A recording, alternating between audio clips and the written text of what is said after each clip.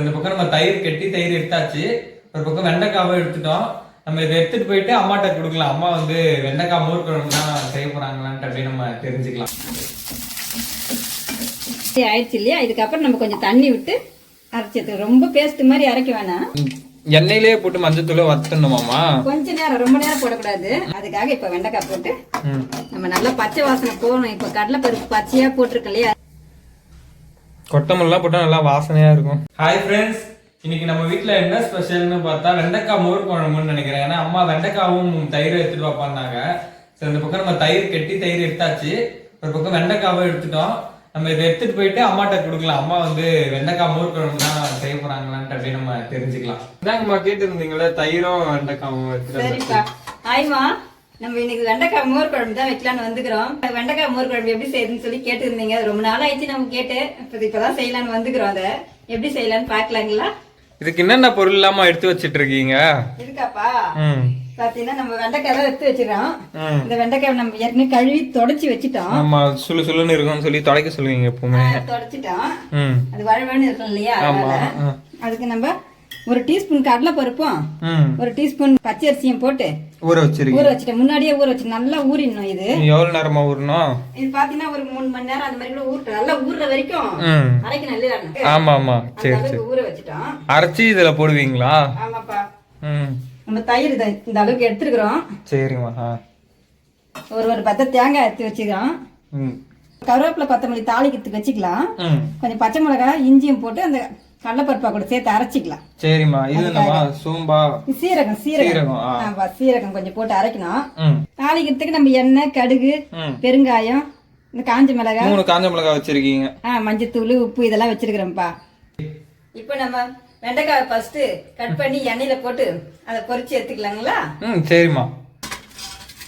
இந்த மாதிரி கட் பண்ணிக்கணுமா? நீட்டா நான் கொஞ்சம் பெருசா கட் பண்ணிக்கிறோம். சின்னதா கூட கட் பண்ணிக்கலாம். ஆமா, வெண்டைக்காய் இருக்கணும். நிறைய பேர் சின்ன சின்னதா கூட போடுவாங்க. போடலாம். பெருசா கட் பண்ணிக்கிறோம். சரிம்மா. கொஞ்சமா எண்ணெய் விட்டு இந்த வெண்டைக்காய் வதக்கி எடுத்துக்கலாங்கம்மா. வெண்டைக்காய் கொஞ்சம் நிறைய வேணா கூட போட்டுக்கலாம்.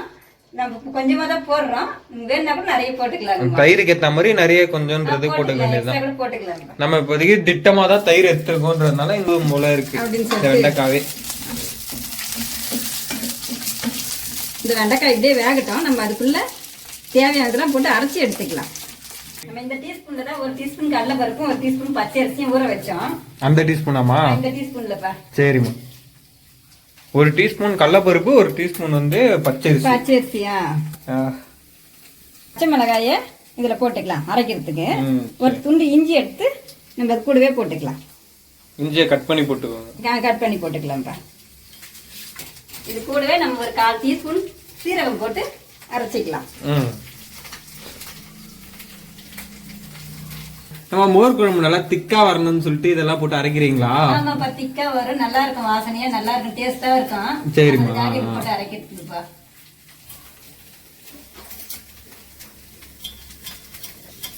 தேங்காய் எல்லாம் கூட போடுவாங்களாமா? நல்லா இருக்கும். தேங்காய் எல்லாம் போட்டா கூட நல்லா இருக்கும்ப்பா. இப்படிதான் போடுவேன். சரி சரி. ஒரு பக்கம் அரைக்கிறதுக்கு கட் பண்றீங்க, ஒரு பக்கம் வெண்டைக்காய் வேற இதாயிடும் போல. அது பக்கம் அது வெந்துனே இருந்துச்சுன்னா நம்ம ரெடி பண்ணிட்டு போட்டுக்கிறதுக்கு வசதியா இருக்கும். அதுக்காக தான். சரி சரிங்க. இந்த மாதிரி மிக்சியில போட்டுக்கின்னு ஒரு ஓட்டிட்டு அதுக்கப்புறம் தண்ணி கொஞ்சம் விட்டு அரைச்சிக்கலாம். இந்த மாதிரி ஆயிடுச்சு இல்லையா? இதுக்கப்புறம் நம்ம கொஞ்சம் தண்ணி விட்டு அரைச்சது. ரொம்ப பேஸ்ட் மாதிரி அரைக்க வேணாம்.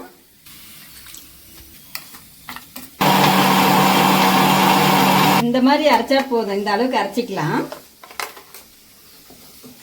அந்த பதமே ஓகேன்றீங்க. அதுக்கப்புறம்லாம் இன்னும்லாம் நைஸா அரைக்க வேணாம். இதுவே போதும். இந்த மாதிரி நம்ம தயிரை இப்ப நல்லா பாத்தீங்கன்னா கட்டி கட்டியா இருக்குல்லம்மா, அந்த மாதிரி இல்லாத அளவுக்கு நல்லா இந்த தயிரை கலக்கி எடுத்துக்குவோம்.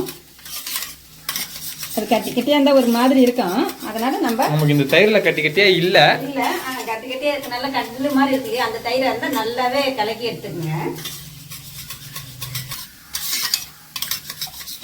பண்ணிட்டு தண்ணி ஊத்தி தேவையான அளவுக்கு தண்ணி ஊத்திக்கலாம். மோருன்றதுனால கொஞ்சம் தண்ணியா இருந்தா தண்ணியா நம்ம கடலை பருப்புலாம் ஊத்த போறதால அதனால ரொம்ப திக்கா ஆயிடும். அதனால நம்ம திட்டமான அளவுக்கு தண்ணி ஊத்திக்கலாம். ஆமாமா, கடலைப்பருப்புலாம் போடுறோம்ல, அது திக்னஸ் எப்படி இருந்தாலும் அதிகமாயிடும். நம்ம அதுக்குள்ள இந்த பக்கம் அப்படியே பத்த வச்சு இந்த தேவையானதெல்லாம் போட்டு வதக்கிக்கலாங்கம்மா. ஆமா, அந்த வெண்டைக்காய் ஒரு பக்கம் வதங்கிட்டே இருக்கட்டும். அதுக்குள்ள நம்ம இதை ஸ்டார்ட் பண்ணிடலாம். இப்பதான் பொறுமையா அது வதங்க ஆரம்பிச்சிருக்கு. கடாய் காஞ்சிச்சு. நம்ம சின்ன அடுப்பு வச்சுட்டு கொஞ்சமா இப்ப எண்ணெய் ஊத்திக்குவோம்.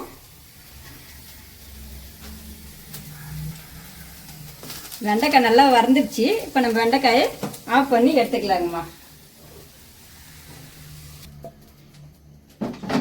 எண்ணெய் காஞ்சிச்சு. கடுகு போட்டுக்கலாமா? போட்டுக்கலாமா. நம்ம கடுகு போட்ட உடனே இந்த மாதிரி காஞ்சி மிளகால கொஞ்சம் சின்ன சின்னதா ஓட்டை போட்டுருவோம். எண்ணெயில போட்டா வெடிக்கும் இல்லையா? ஆமா, ஓட்டை போட்டோம்னா அவ்வளவு வெடிக்காதுன்னுவீங்க. ஓட்டை போட்டு நம்ம கடுகு பொரிஞ்ச உடனே போட்டுக்கலாம். கடுகு கூடவே நம்ம கொஞ்சமா சீரகம் போட்டுக்கலாம் தாளிக்கிறதுக்கு. இந்த காஞ்சி மிளகாய் 3 போட்டுருக்குறோம். நீங்க காரத்துக்கு தேவையான அளவுக்கு போட்டுக்கணும். அது மட்டும் இல்லாம நம்ம ஒரு பச்சை மிளகாய் வந்து மிக்சிலே அரைச்சிட்டு இருக்கோம் போட்டு. மிக்சியில கூட நம்ம காரத்துக்கு தேவையான அளவுக்கு போட்டுக்கலாம். அரைக்கும் போது இது கூடவே நம்ம தேவையான அளவுக்கு பெருங்காயம் போட்டுக்கலாம். நல்லா வாசனையா இருக்கும் பெருங்காயம் போட்டா. ஆமா ஆமா. அது கூட நம்ம தேவையான அளவுக்கு மஞ்சத்தூள் போட்டுக்கலாம். எண்ணெயிலேயே போட்டு மஞ்சத்தூள் வறுத்தணுமாமா? கொஞ்ச நேரம், ரொம்ப நேரம் போடக்கூடாது. கொஞ்சம் லேசா போட்டு உடனே அதுக்கப்புறம் நம்ம கருவேப்பிலை வச்சிருக்கோம் இல்லையா, கருவேப்பிலை போட்டுக்கலாம். நம்ம அரைச்சி வச்சிருக்கோம் இல்லையா, அதை இப்ப ஊத்திக்கலாம். உடனே ஊத்திடணுமா? உடனே ஊத்திடணும். சரி சரி. நம்ம இது கூடவே கொஞ்சம் தண்ணி ஊத்தி நல்லா இதெல்லாம் சுத்தமா தண்ணி ஊத்திக்கலாம். இதுலயே ஊத்திக்கலாம்ப்பா. சரிம்மா. கடலை பருப்புன்றதால அப்படியே திக்கா மாறிடுது பருப்பா. தேவையான அளவுக்கு உப்பு போட்டுக்கலாம். இதுல எல்லாம் சரிம்மா. வெண்டைக்காய் எப்பதான் போட போறீங்க? அப்படியே ஃப்ரெஷ்ஷாவே இருக்குது. இப்ப போட்டுடலாம்ப்பா. தேவையான அளவு உப்பு போட்டுட்டு அதுக்கப்புறம் வெண்டைக்காய் போட போறீங்களா?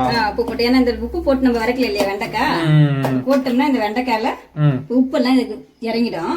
அதுக்காக இப்ப வெண்டைக்காய் போட்டு நம்ம நல்லா பச்சை வாசனை போகணும். இப்ப கடலை பருப்பு பச்சையா போட்டிருக்கோம் இல்லையா, அரிசிலாம் பச்சை வாசனை போற வரைக்கும் நல்லா வதக்கிக்கலாம். தயிரே ஊத்தல, இப்பவே அந்த வாசனை வருதுமா, மோர் குழம்பு வாசனை. அப்படிதான் வரும். நம்ம கடலை பருப்பு எல்லாம் ஊத்துறாங்க இல்லையா, அப்ப வந்து கொஞ்சம் தண்ணி எக்ஸ்ட்ராவே ஊத்தி நல்லாவே கொதிக்கிட்டு பச்சை வாசனை போற அளவுக்கு நல்லா கொதிச்சதுக்கு அப்புறம் நம்ம கடைசியா தயிரை ஊத்திக்கலாம். இல்லைன்னா ஒரு மாதிரி பச்சையா இருக்கிற மாதிரி இருக்கும் கடலை பருப்பு எல்லாம். அது இல்லாம கடலைப்பருப்பு திக்னஸ் வேற அதிகமாயிடும். சின்ன ஃப்ளேம்லயே வச்சு இத பண்ணணும்லமா? சின்னதுலயே வைக்கணும், இல்லைன்னா டக்குன்னு திக் ஆயிடும். சரி. பச்சை வாசனை போயிட்டு இருக்கோம்னு நினைக்கிறேம்மா. நம்ம தயிரை ஊத்திடலாமா? தயிரை ஊத்திடலாம்ப்பா. இந்த நேரத்துல கலக்கி வச்சிருக்கீங்க தயிர், நல்லா தண்ணியா கலக்கி வச்சிருக்கோம். தயிர் இதுல ஊத்திக்கலாம். சரி.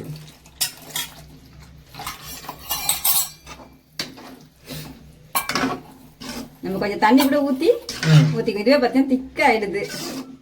நல்லா சூப்பரா மோர் குழம்பு ரெடி ஆயிடுச்சு. ஆமாப்பா. அவ்வளவுதானம்மா? முடிஞ்சிச்சா இல்ல இன்னும் எதனா இருக்கா? அவ்வளவுதான், முடிஞ்சிச்சு. வெண்டைக்காய் மோர் குழம்பாமா இது? வெண்டைக்காய் மோர் குழம்பு. நம்ம அவ்வளவுதான். தாளிச்ச உடனே கொஞ்ச நேரம் இருக்கட்டும். தயிர் ஊத்தின உடனே கொஞ்ச நேரத்துல இறக்கிடலாம். தயிர் ஊத்தியாச்சு. இப்ப நான் கொஞ்ச நேரம் விட்டுட்டு இறக்கலாம். ரொம்ப கொதிக்க வேணாம். கொஞ்சம் லேசா சூடான உடனே நம்ம இறக்கிடலாம். நல்லா சூடான சாப்பாட்டுல போட்டு மோர் குழம்பு ஊத்தி சாப்பிடும்போது சூப்பரா இருக்கும். வெயில் காலத்துல இந்த மோர் குழம்பு சாப்பிடறதுக்கு ரொம்பவே நல்லா இருக்கும். இது நம்ம தயிர் ஊத்தி கொஞ்ச நேரம் ஆயிடுச்சு. நம்ம இப்ப ஆஃப் பண்ணிக்கலாம். நம்ம கடைசியா கொஞ்சம் கொத்தமல்லி தேவையான அளவுக்கு போட்டுக்கலாம். கொத்தமல்லாம் போட்டா நல்லா வாசனையா இருக்கும். நம்ம இப்ப அழகா வெண்டைக்காய் மோர் குழம்பு ரெடி பண்ணிட்டோம். இந்த வெண்டைக்காய் மோர் குழம்பு பாத்தீங்கன்னாக்கா நம்ம இதெல்லாம் அரைச்சி ஊத்துறதால நிறைய நம்மளுக்கு குழம்பு நிறைய கிடைக்கும். கொஞ்சம் தயிர் ஊத்தினா கூட போதும், நிறைய குழம்பு ஆயிடும். இது நம்ம வெறுமனை கூட தயிர் தாளிச்சு சாப்பிடுவோம். இந்த மாதிரி சாப்பிடும்போது இன்னும் கொஞ்சம் வித்தியாசமா நல்லா இருக்குமா. வெண்டைக்காய்லாம் போட்டு சாப்பிடும்போது இன்னும் நல்லா இருக்கு. இது குழம்பு எல்லாருக்குமே பிடிக்குமா. குழந்தைங்கள இருந்து பெரியவங்க வந்து எல்லாருக்குமே பிடிக்கும். நம்ம வெண்டைக்காய்லாம் போடுறோம் இல்லையா, நல்லா இருக்கும், டேஸ்டா இருக்கும். இதே மாதிரி நீங்களும் வீட்டுல செஞ்சு பாருங்கம்மா. வாங்கம்மா, எல்லாரும் சாப்பிடலாம்.